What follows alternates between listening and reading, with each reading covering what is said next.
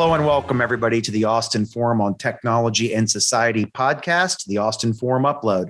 I'm Jay Boisseau, the Executive Director and founder of the Austin Forum on Technology and Society. And I'm John Lockman, the Technology Director. And we're here with our good friend, Ganesh Padmanabhan, who is the creator of the podcast Stories in AI. And April is AI month for the Austin Forum. And so we're really pleased to close this with a friend, first and foremost, and with an expert in AI who's been increasing his expertise by talking to other experts in AI. Ganesh, thanks for joining us today. Oh, Jay and John, thank you for having me. It's a pleasure being here for the April AI month, or AI in April month. We are so happy to have you. I can't wait to have you attend our stuff in person. We have started meeting in person again. We have hybrid events and some in-person only and online only. So we're mixing things up, but we're really rebooting our podcast. And frankly, Ganesh, you're an inspiration to me because you have built a great podcast. And we are very proud of all of our past content, but we have done it in seasons instead of persistently. And starting with this episode, we're going to be persistent at once a week. So you're the first of our weekly episodes. That is awesome, Jay. Congratulations and good luck. And thanks for the kind words and stories in AI. I've been extremely lucky, and of course, persistence pays off. But it's the once you get rolling and you start having these conversations, it's like a little drug. You have to do it. You have to do it regularly. I do it every week too, and then that allows you to you learn more. You get a bird's eye view of where the industry is heading, and you'll make some amazing human connections in the process. So excited to be here and excited to be your first of many in this rolling thunder that you're going to start. Well, and we are excited to learn from you, and we want all of our listeners to listen to your Stories in AI podcast. We don't pretend this one episode is going to replace a great series, but we hope it'll get them inspired to listen to your series, and we can share some highlights from it in this podcast. Excellent. No, I love that. It's available on all the major podcasting channels, just like this one is. And I also have a YouTube video channel where I record these podcasts in person. So if you want to just, not just listen to the voice, but also see the person, you can do that too. But thank you. Thank you, Jay. And one other tidbit, sort of in honor of AI April for the Austin Forum and this episode on Stories in AI. John, do you want to tell everybody what software we're using for this episode? We're using Podcastle.ai, built on a bunch of different models to do all of the editing, do some of the audio tuning, and do some of the noises that you'll hear in between this audio chat. So AI will help produce this podcast about AI. So Ganesh, I'll ask the first question. What made you decide to start doing this podcast, Stories in AI? Oh, man. So this was summer 2021. Last year is when I started, like late summer. And after I exited my last startup in late 2020, I was with Molecular, and HO and team are taking it to greater heights now. So after I decided to leave and took some time off early in the year, I was really looking at this as a way to, I was missing the whole physical connection and being in events and, going to conferences and so forth, right? Because you know me, I'm a very social person. I love to go out and socialize with people. And 2020 was a hard year for everybody, a lot of people. 2021 was not very different. And I was missing the whole interactions and forum. And then I was always going to these events and conferences as a speaker, which was fun because, you still are there physically and you get to network and interact with people, listen to other smart people. But when I'm just doing events online and I'm just showing up and speaking at a small slot, I don't learn as much, right? I'm sharing stuff that I know, but I miss that interaction. So I was like, let me create a forum to have these amazing conversations. So A, I learned selfishly, and B, the other motivation or inspiration was I was, with some friends one Friday night, and we were just, a couple of whiskeys down, and I was telling them about all these great things I'm learning in AI, and they were like, oh, man, I wish I knew a little bit about that. I wish I can listen to something on that. And then that kind of got me into thinking, okay, well, how do people take and get their content? And So, and then I like, oh, maybe I should just record these kind of great conversations I'm already having, and then you can also listen to it. And then lastly, I would say the last thing I fundamentally believe AI is too big and too important a piece of technology that you can just have a few elites dictate the future of this world powered by AI, right? And I don't, it's not just the FANGs, the Googles and the Facebooks and the Apples of the world, but just in general, there is very few people in the world that are literally outlining the roadmap for AI today. And the only way you can ensure that the output of AI is equitable for everybody is to have more people participate in the development, in the maturity, in the evangelism of that process. So that was the final thing that was like, okay, you know what? I'm going to make that commitment, go make it happen. And I have had a blast so far. That's awesome. I mean, not only, has the pandemic, made people think about we can do this virtually all the time. Now more people are listening to that, right? More people are thinking about what's going on and how can I consume that information in a faster way. Have you thought about any common themes so far that you've kind of seen between all of the different conversations that you've had since you started? Sure. I mean, a lot actually. I mean, there is, I would say a few things, right? One is I originally started off just doing AI and, AI thought leaders, understanding people. And my initial framework of rules of the kind of guests I would invite were very simple. I want to go to people who are in the industry putting AI to work. That was one of the tenets, right? So a lot of the guests you'll see are head of AI, head of data, folks who are actually putting AI to work in their enterprise and kind of adapting it to their domain, right? That was one. The second thing was I didn't want to go too technical in the conversations because I wanted it to be accessible for everybody. The goal was to inspire people to, be part of that moment. So I had a lot of folks who were, even if I get some amazing technical folks in there, but they were always abstracting the technological complexity into how does this translate to building a career in AI or, doing something great with AI or being responsible in the use of AI and so forth. So common themes wise. So that's the common landscape, like everybody with a practical mindset. It was all about education, demystifying, getting AI to put to good use and so forth. And then from the industry. So with that lens in mind, a couple of themes that emerged out of this is one, I think everybody, and it's probably there's a little bit of a selection bias here, but everybody is bullish about AI. I actually maybe I had two guests who were, skeptical, but still optimistic in the long run, right? I mean, skeptical in the short run and stuff like that. So that was a very strong theme. Everybody's like so bullish. And part of that was selection bias, right? I mean, if anybody's come, I have reached out to some people who say, hey, listen, I mean, you've got to come on the show because you're just criticizing AI all the time. And they're like, oh, what's a show called Stories in AI? Nah, I'm not coming. It's AI. I mean, you don't have a Sarah Connor sort of a character that's come on. That's not yet. Can't do it. Not yet. But kind that's going to happen. There's no reason for AI. That hasn't happened yet.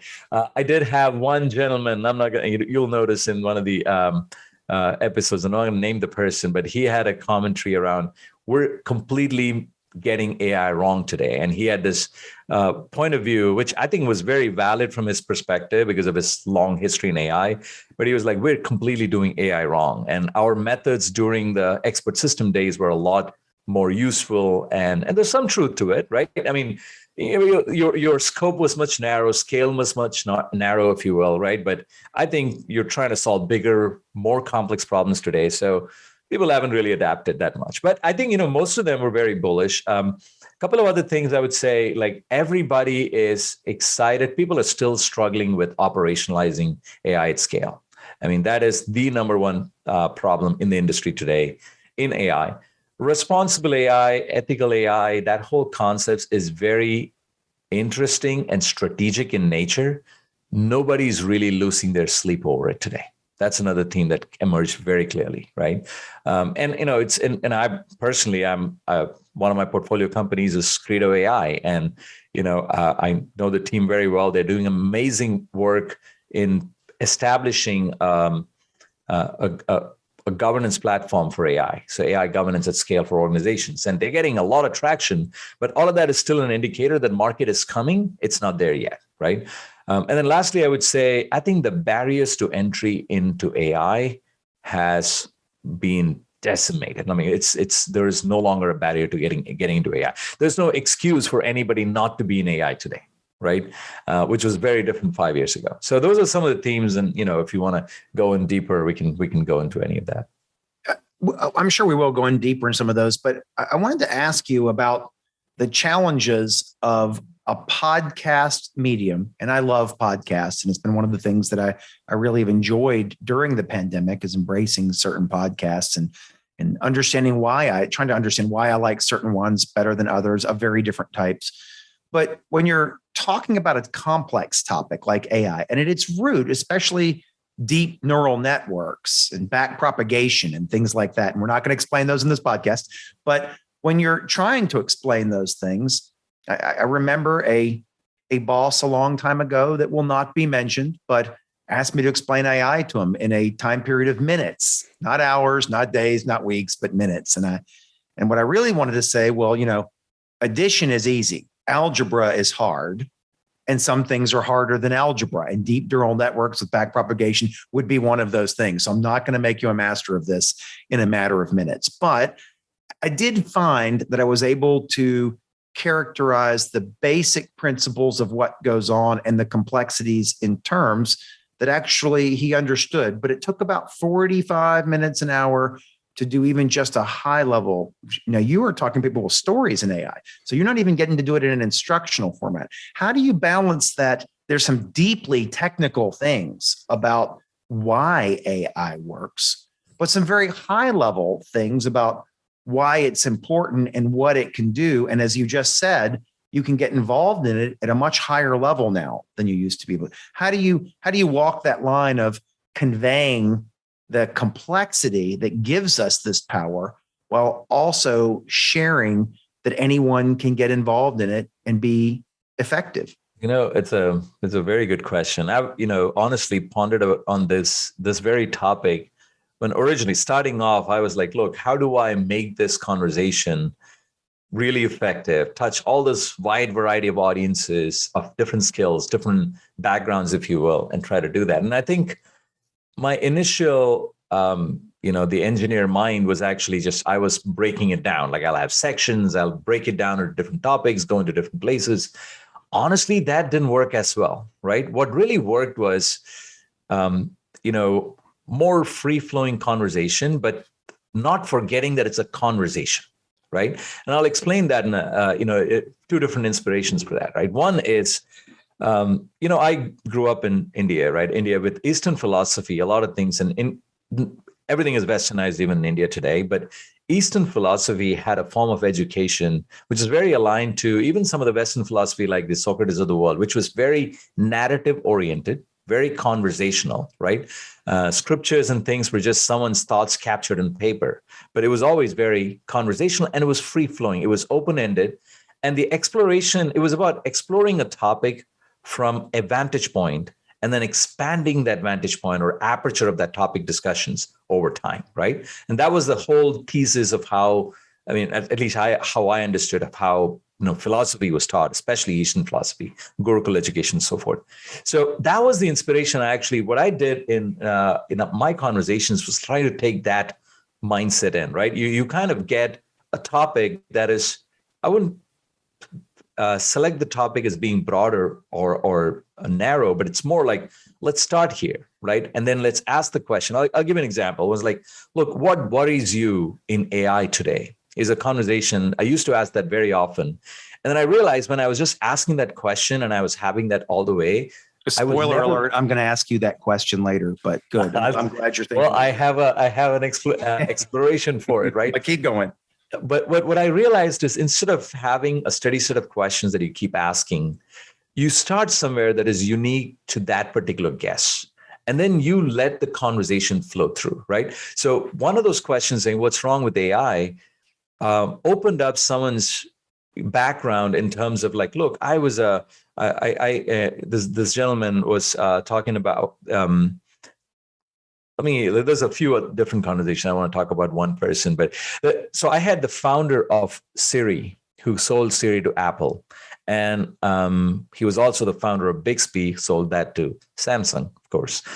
Deep back, he was also the founder of change.org. It's Adam Scher. And Adam was on the conversation, an hour-long conversation. And we didn't have anything scripted. We just had we started in one place, like, why is conversational medium critical and important? And it was a question like you just asked, right? The format of the podcasting, and that went into so many different explorations, and then we always brought it back to that particular point of view, closed that loop, just to know that another open end was started, and then that went into another direction and come back in, right? But I think the whole in podcast format, not forgetting that you're actually having a conversation, that's what makes it so powerful, right? And what I love about, and I know you love the podcast medium too, right? It's literally a very intimate conversation. You have people, especially if you're wearing headphones, you have someone in your brain, telling you about a topic. It is the most intimate form of conversation that you can have. So keeping that in mind and having the structure of the conversation more conversational goes a long way. And that's why, Joe Rogan's podcast is a super hit, but it's completely unstructured and just you go hit right into it. And, there's a lot of audiences. I'm not to say I'm a fan, but nobody can see the faces that were made.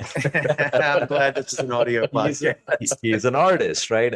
Or even like for that matter, if you like Alex Friedman's podcast, right? So it's Lex Friedman. It's amazing how he goes right into a topic and there's no background, there's nothing, there's no easy loose talk. Very different styles, right? But everybody has this thing about conversational, their style, right? And my style, at least what I'm trying to do is like make it easy, make it conversational, make it very engaging, right? And it helps that I know a lot about the topic or I've had the experience, so I can bring in my own points of view into those conversations, which when the guest is actually listening to you and they're like, oh, that's an interesting point, then it really becomes a conversation, right? It's not one directional. It's that's what the hardest. That's the hardest part is being able to tell that story and tying it into the things that relate back to your real life and that you're thinking and that we're all thinking together, like that collective we. Exactly. And yeah. I'll tell you a little secret. It's one of the easiest way to do that is just to frame what the other person said in your words and give it back to them, right? I mean, it's a very simple technique. It's tactical, but it also confirms understanding, right? We use it in conversations all the time, subconsciously. Mm-hmm. Do that on the podcast. It's amazing how the person will respond saying, I never thought of that point that you just said. And then that becomes an open-ended conversation right there, right? So anyway, that's my view of like the podcasting mantra, right? Yeah. Yeah, I was really asking you about explaining the complexity of AI, but what you got into was an even more important lesson about how to use the medium effectively. And by the way, Ganesh, I really like that. I listened to a podcast with Brene Brown, who had Dax Shepard and Tim Ferriss on it. And Tim Ferriss and Dax Shepard both admitted they have very different styles of podcasting. Tim said he wants to honor his audience. He said he knows he's not the most natural, fluid conversationalist, but he does his research. He prepares. He honors the listener with a structure and a flow that enables them to get information, the most information in the best order, in the most reasonable use of time. They're very efficient podcasts. Dax Shepard, on the other hand, said, I have conversations with people, and I hope that people like the intimacy of the informality of it. And he said, I realize I'm lucky I get access to certain really interesting people that maybe not everybody could get in a podcast, but I get interesting people and we have conversations and see where they go. And so both those methods can work. I guess I'm curious as to how you balance the latter method with the complexity of AI that lends itself normally to a structured method. But at least if you're teaching it as a workshop, as John and I are about to do in a few days, we're teaching an AI workshop, and that won't be so conversational as it will be structured learning. But yeah, no, it's also my biases, right? I personally, I'm a very unstructured learner, right? How I learn things is by asking questions, exploring a topic and so forth. So it's a little bit of that, bias that I come with that. But I think with AI, the way you do it is, as I said, like you pick a topic that is, that is explorable, right? To me, it was more about like, so I don't try to cover all the ground in every podcast, right? And some conversations will be all about ethical AI and responsible AI, and dissecting that from different perspective. I just had a guest who I launched the episode this morning. His name is Vilas Dar, who is the president of Patrick J. McGovern Foundation for Data and Research. So Patrick McGovern was the founder of IDC, the big empire, and he had an amazing point of view, and it was all about how do you point technology to more impactful endeavors, right? And we did touch about data, the challenges with it, and AI, and how to put it to use and stuff. But it was all about, look, how do you inspire more people to do good with AI? How do you coax the governments to actually do more to enable the ecosystem so people can do more with AI and all of that stuff? And we didn't even touch core technology in that. But that was an interesting, again, it also, my audience primarily are folks who want to get so they love the longer form conversations, right? And like my podcasts are at least 45 minutes to an hour long. And so they enjoy that, and they enjoy that free flowing exploration so far, right? And obviously it's a growing audience. So now I get requests saying, can we make short parts of this and quick videos? And I can bet, there's some kind of, that's a part of the demography, but it is what it is. Yeah, please, everyone. No, we always get that. Can you get some bite-sized pieces? I just need to understand what's going on. And it's not I just need tweet-sized podcasts, right? Yeah. Yeah. Can I get that in a couple of characters, 160 or so? There's a lot of different tentacles to go down in the route of AI. I mean, even in ethics and all sorts of different places. What's your favorite that you've heard so far, or favorite interview that you've had so far in the weirdest end of AI? Well, I'm not going to name who's my favorite episode, because all of them are, it's like I'll have to name like 54 different episodes so far. So that's not going to happen. But there was a lot of very interesting conversations. As I said, some areas that I love exploring is in this, the practical side of it. It's the boring side, which is like, hey, what's stopping you guys from scaling it? Scaling AI efforts in your organizations, right? It's very boring because you expect the answers like, say, oh, I don't have MLOps toolkits, I don't have people and stuff. But then you start realizing and you peel that onion a little bit more, you ask a few more deeper questions, and you're realizing, well, it's basically because people really, not everybody's on the same page what it can do for them, right? It comes down to a human problem, right? So that's one of the areas that, it kind of like it sometimes I've had guests tell me, I don't want to go there, because, you basically have, you're asking me saying, okay, is my boss the right person who's not doing it? Is my CEO, do they not get what we're trying to do? So things like that. So But I think the people aspect of what does it take in terms of organization, structure, and so forth to make AI, to scale AI efforts is one topic. The other thing that is, one of my emerging favorites is like, so most of AI work that happens in the industry today is on structured data sets using statistical machine learning, right? And my pet peeves in AI, so two things, two corollaries to it. One is unstructured data is 90% of all net new data generated, and nobody's doing enough yet on the one hand, right? So that's an area that like I keep exploring and peeling the onion. There's layers of abstraction that is being built right now with the foundation model, the language models, the GPTs, the birds of the world, right? Where it's creating so much of abstraction, where I was, talking to somebody earlier today, and they were telling me how, humans don't use language as the primary, inter-brain communication mechanism. You don't translate everything to language and put it in there. There are neurons firing, we don't even know, right?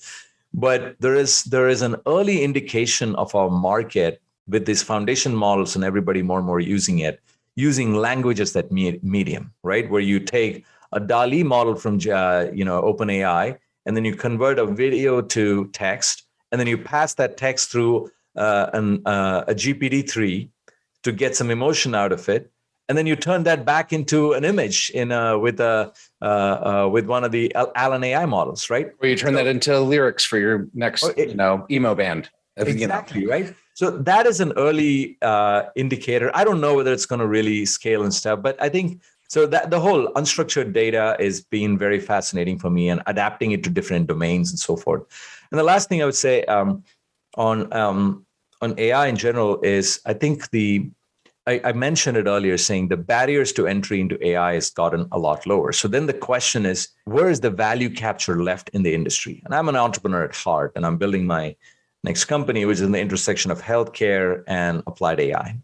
And one of the things that we're learning is domain adaptation is still a huge opportunity for AI. There's a lot of general purpose AI, and then there's a lot of narrow niche, vertically integrated products in AI, right? But if you look at the evolution of any enterprise that is looking at using AI, they don't want to buy AI. AI is only valuable when you have deep competencies within, and you're building something that is fairly optimized and unique for you and stuff, which is creating this huge opportunity wherein on the one hand, you have cloud vendors that are giving you, like, here's all the tools you'll ever need, go build your AI systems. On the other hand, you have this saying, oh, don't worry about the cloud tools. I have an intelligent chatbot that asks people to come back and renew their subscription. That's all it does, right? Both extremes are really hard to put a value to over the long term, over the long run, or even the medium run, right? So what is that level of abstraction where you do just enough AI that's general purpose, but adapt it to a particular broad set of domains like healthcare, like life sciences, like something like disease modeling, that can then be used by others to build their own unique capabilities or IP on top of that, right? So those are some of the favorite conversations that I can think of at 10 o'clock in the night. Well, now I'm going to get to the question that I asked you as a spoiler alert, which is, what worries you about AI? After holding all of these conversations, what is your top worry? And maybe 2 or 3 other quick ones. Yeah, so my top worry is less about artificial general intelligence taking over the world or doomsday and stuff, right? It is still the concentration of power with AI. It's unintended or intended consequences of a small set of people who manage to have early victories in the AI arms race, right? And let me explain, right? It's we're talking right after the Twitter deal has opened up, and hopefully it'll close in the next 6 months. Like, I have no qualms with free speech, no qualms with Elon Musk, amazing entrepreneur and stuff. But that does raise questions about concentration of power with a lot of money on the one hand, and also now the world's largest microphone at his disposal. This is the topic of a future podcast, but okay.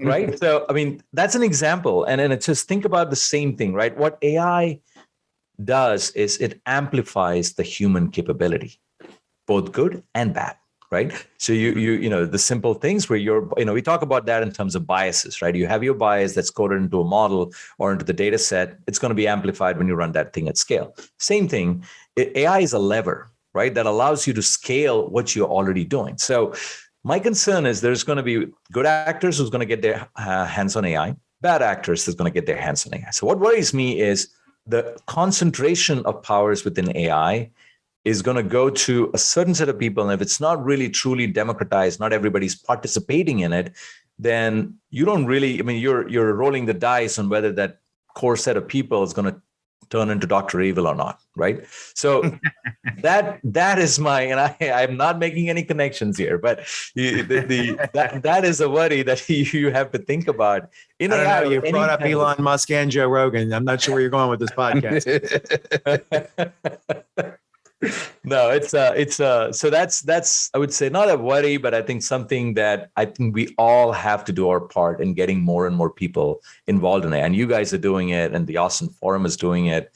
We've known each other for so long, and I think it's an imperative that everybody needs to not just know about AI, but just have to have the opportunity, and they do, to participate in AI.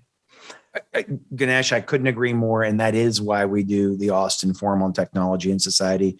I'm a big fan of realizing that progress is proceeding exponentially while time passes linearly, which means every day there's more that you don't know than the day before. That's a pretty scary thing when you realize the way those two lines work. So the good news is through education, we can reset. I don't have to invent fire or the wheel tomorrow. Through education, I can start roughly on the shoulders of the giants that came before all of us. But it's still hard to keep up in an era of steeply exponential progress. And so it's important to have conversations and education at all levels from beginning to advanced, and conversations on the subjective issues that we need to deal with as humans, like ethics and bias and fairness and such in AI. So really appreciate what you do with the podcast. And I appreciate you calling out the Austin Forum, because that is what we try to do with different technology topics. We've really focused on AI this month, but we try to do it with different technology topics because it's hard to get everybody to understand the importance of their voice in this.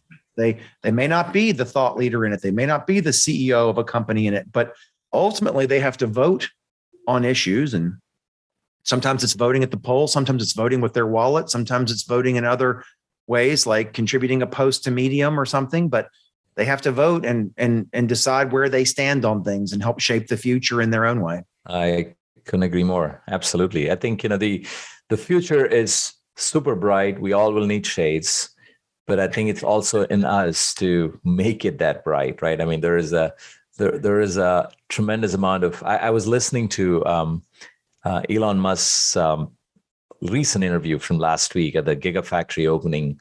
There's actually a segment, I think it's a TED Talk. Well, one of the TED guys, I don't think Elon will go do a TED Talk, but he went, and the TED guys went there. And so he spoke to them, and he talks about this notion of, we're going to enter, or we're already entering an exponential age, right? Where it's going to be an age of abundance for everything, which is great, right? I mean, I believe that is the amazing opportunity in front of all of us. Like, we're going to, the abstractions of, like, people don't have to worry about food. They don't have to worry about, I mean, there's still a lot of people worrying about food and hunger and shelter around the world, but hopefully with the exponential technology progress, we can alleviate a lot of that, right? The bigger question is going to be, then what will people start doing with their time, with their energies and then will they continue to make this a better place and make it even better and so forth, right? So you should, it's a good interview to listen to. And that gave me these thoughts in my head after I listened to it. But yeah. I like the positive outlook. I'm going to get my sunshades for the bright future. No, and I agree. I mean, AI is the next fire for humanity. This is our time to augment ourselves in a way that we didn't ever think was possible, where we have no idea what will come next. But, and I like to always say that, like, AI is this amazing amplifier, right? It's a Jarvis suit that we can have around us to amplify our own potential. And the future is going to be, I mean, hopefully it's all in us to make it happen, right? Where we can, everything that we don't want to do, even though we are capable of doing, can be done by AI, right? Because it becomes a choice for humanity, just increasing choices for all of us, right? So I think the future is definitely super, super bright, right? Super, super bright. Yeah.